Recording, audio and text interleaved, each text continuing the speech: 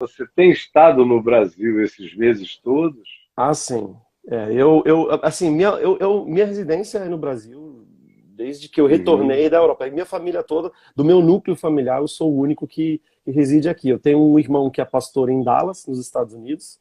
Tenho um irmão que uhum, é professor na Alemanha. E meu padrasto e minha uhum. mãe também moram na Alemanha. Meu pai, biológico, ele mora aqui no Brasil também, né? Aham.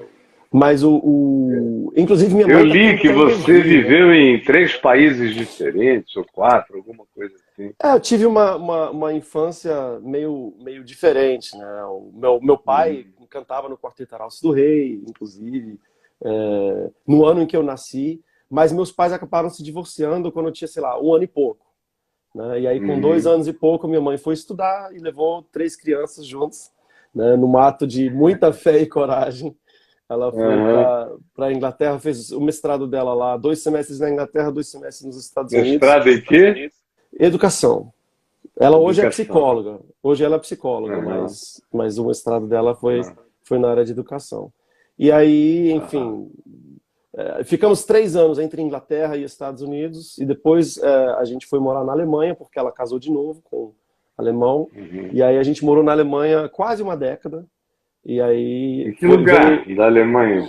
perto de Hamburgo, numa cidade Uhum. chamada Lüneburg. É uma cidade assim, ela completou 1000 anos em 93, tem várias Uhum. peculiaridades. O apogeu dessa cidade foi no, é uma cidade que tem bastante coisa barroca, né?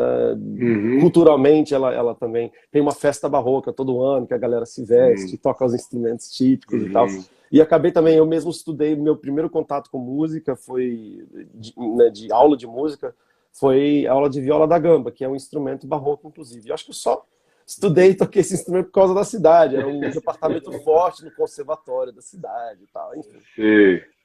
Eu tenho uma irmã que mora lá na Ah, é Alemanha pela verdade. mesma razão. Ela casou com um alemão e Que ela legal. mora na região ali de Berlim.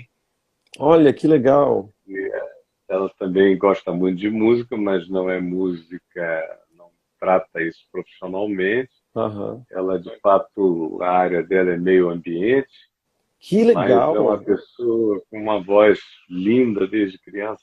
Minha família toda é bastante musical e Ah, eu dá pra.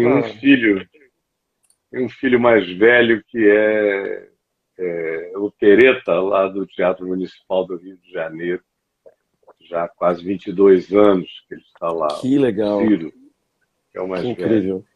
Então, quando eu li assim rapidamente o seu histórico, eu achei super interessante. E é bom quando uma criança cresce com muitas línguas na Ah, cabeça. é muito privilégio, né? Eu conto É, na lista dos muitos privilégios, né, que acumulo. E sem sombra de dúvida ter tido essa infância tão diversa e contato, né, também com tantas culturas e línguas diversas, né, e ter podido é, aprender essas línguas no próprio país, né, morando lá. Mas é, é curioso até porque assim muita gente que não me conhece bem até acha que, né, atribui o meu trabalho musical com esse período, sendo que na verdade eu comecei a cantar somente quando retornei ao Brasil, né? Aí já num Campinas. contexto, exatamente, aí já num contexto de colégio, né? De Uhum, internato, inclusive, né?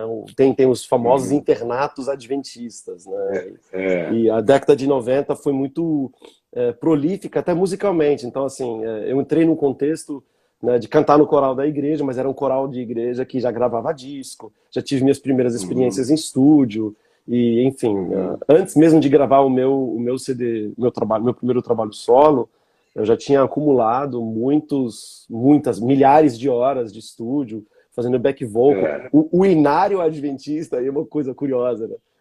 O Inário Adventista do Sétimo Dia, dos 610 hinos, provavelmente eu gravei, sei lá, uns 570. Adolescente ainda, 16 anos, 17 anos. aham, Enfim, foi uma escola aham. muito boa, né? O maestro Lineu E Soares. tem um detalhe, não é? É que o ambiente da igreja adventista é um ambiente que favorece completamente esse tipo de interesse. Sim, sem sombra E de eu dúvidas. conheço a igreja adventista a minha existência inteira. tive muitos amigos pastores adventistas. Que legal. Preguei muito em igrejas adventistas, muito, Que legal. no Brasil inteiro. E também tive muito contato com a liderança adventista da área de televisão, de gravação. Eu Que estive legal. algumas vezes com os diretores lá no Alto da Serra, em Teresópolis, no Em passado, Friburgo, é. O meu em tio foi. Friburgo. Talvez você tenha conhecido o meu tio. O meu tio, ele é músico, mas ele foi diretor da TV Novo Tempo, na época que ainda era ADSAT, o pastor Williams Costa É, Júnior.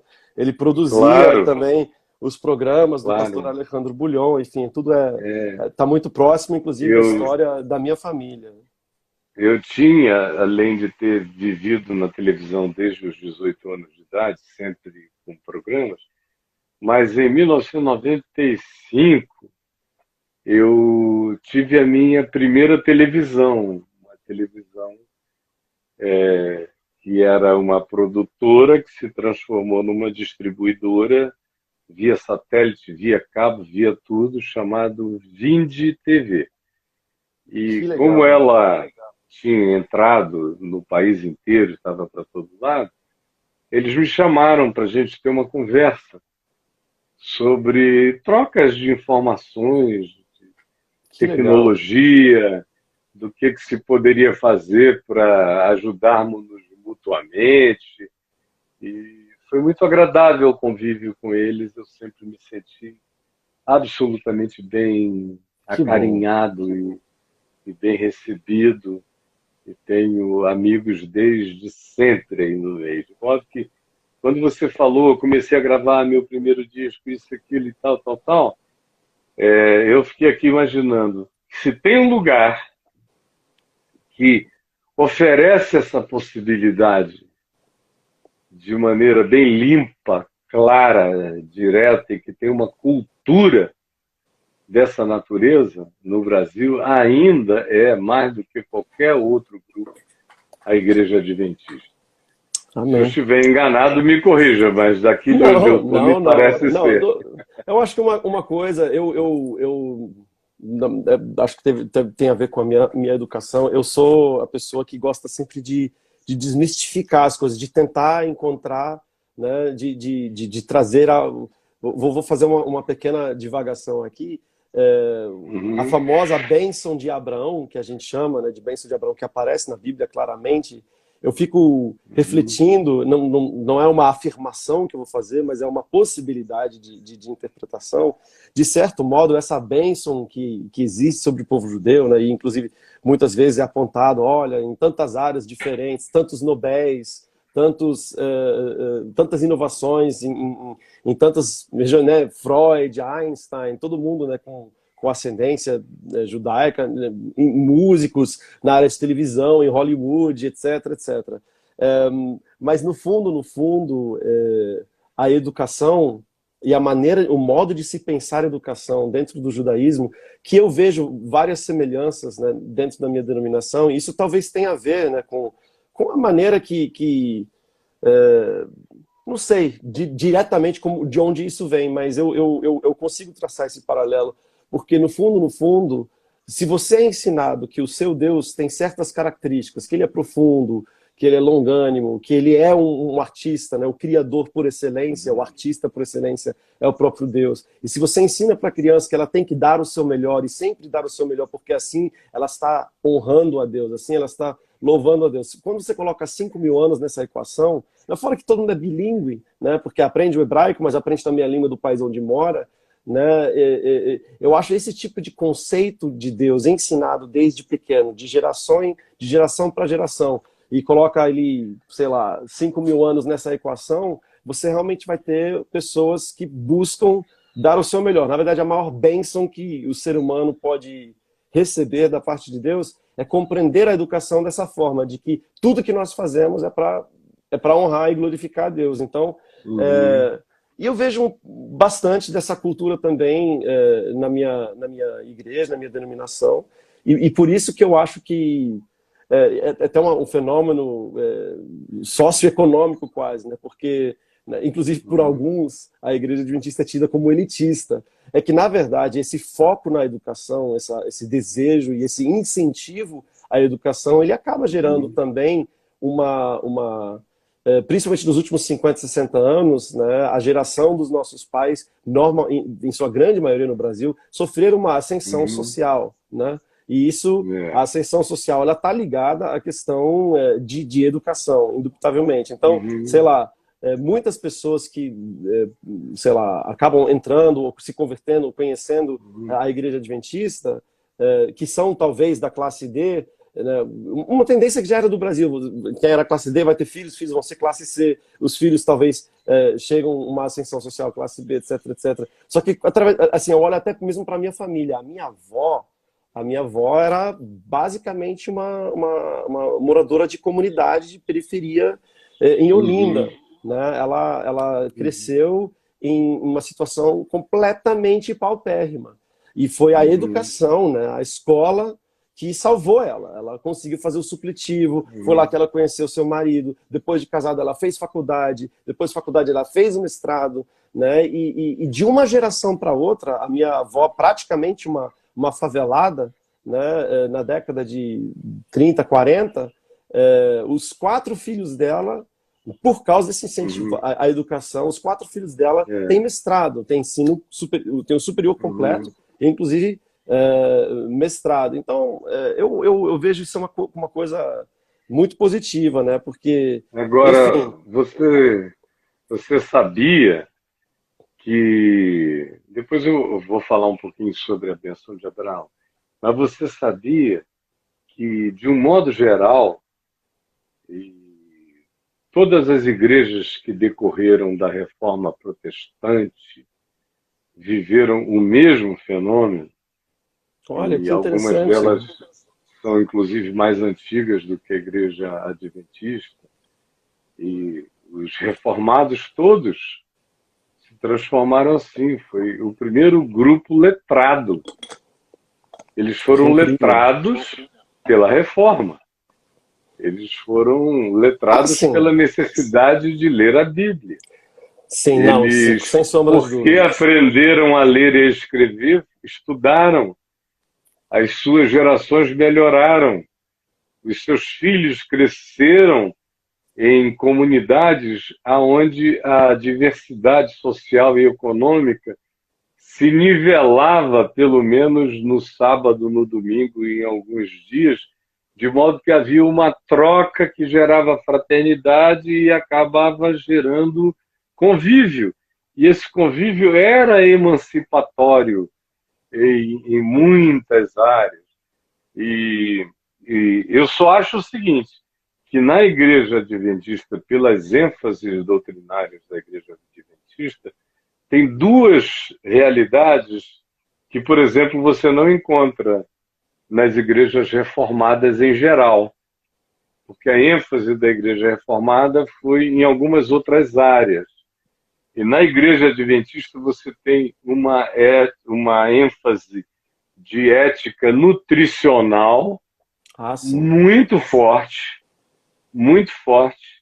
tanto quanto você tem uma ética, quando eu digo ética, é prática de vida mesmo, extremamente voltada para a produção de música de ótima qualidade. Ótima qualidade. Os vocais, os back vocals, tudo isso, e a oportunização para gravar. Que era o objetivo denominacional. A denominação tinha muita alegria com os grupos artísticos que ela produzia, que estavam vinculados a ela.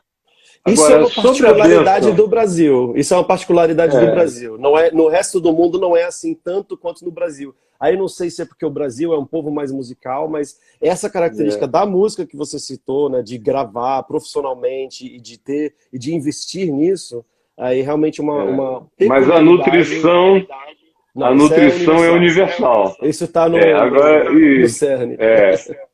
Sobre a bênção de Abraão, eu tenho algumas coisas minhas aí no meu portal. Se você escrever por que a cultura judaica se manifesta superior, ou qualquer coisa parecida com isso, você vai encontrar várias falas minhas. E é impossível, porque além da bênção que eu creio, na bênção em si, bênção do pai sobre o filho, mas a história inteira torna óbvia esse crescimento da inteligência, da acumulação cultural e do não desperdício de saber. Porque os judeus, ou antes deles os semitas e depois os hebreus, os israelitas, até chegarmos aos judeus, eles estão vivendo uma única e contínua história praticamente desde que Sem andou numa direção, Cão na outra e Jafé na outra. Aquela direção, ela é traceable. Você consegue fazê-la até as origens. E aí eles foram os beneficiários dos maiores impérios, das maiores culturas. Eram os escravos aprendendo no Egito todos os conhecimentos e sabedorias, aprenderam com todos os povos menores, absorveram o que quiseram, aprenderam nos cativeiros que viveram sempre no meio de povos ilustradíssimos e cultíssimos. Existem certas coisas que chegaram ao judaísmo como absorção tanto dos egípcios quanto dos medos, dos persas, dos babilônios, dos gregos, do processo de helenização, dos romanos e da história inteira que a gente acompanha. Então, é um povo que, por manter aquela linearidade inquebrantável que foi sustentada pela religião, que os fez mesmo quando não tinham chão, indubitavelmente os judeus se transformaram no maior arquivo vivo de conhecimento da face da Terra. Porque você tem os etíopes, são tão antigos quanto, mas não tiveram a linhagem mantenedora, o duto que manteve a acumulação de todo esse conhecimento, com mais a bênção de Abraão, que é inegavelmente um povo de uma inteligência prática incomparável. Eu não sou judeu, mas é quase como se eu fosse, porque eu tô atolado em Israel desde o início dos anos 70. Todos os anos da minha vida. A minha família, por parte de mãe, né, até com a herança nordestina e Pernambuco, né, primeira sinagoga das Américas, pelo menos é o que dizem lá em Recife, né? Antes de ter sinagoga em Nova York, tinha sinagoga em Recife. No Recife. Eu tenho, né, por parte do meu avô materno, o avô do meu avô materno era judeu, e até pouco tempo atrás, a gente, pelo menos por um lado da minha família, a gente chegou ao evangelho, mas mantendo uma tradição judaica até, sei lá, 4 gerações atrás.